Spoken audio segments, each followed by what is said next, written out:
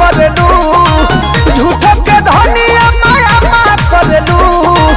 मांगिले मांगिले मांगिले जब माना करेलू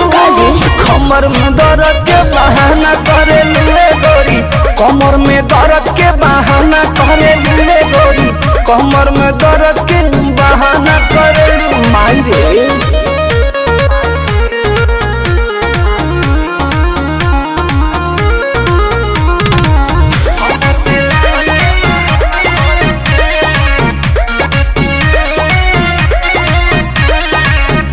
दुपहरिया में धरिया कवरिया में भागेलू कूद के ना आवेलू पजरिया में भागेलू कूद के ना आवेलू पजरिया में ए जी हो अपना सुख खाते हमारा के दुख दिल कहे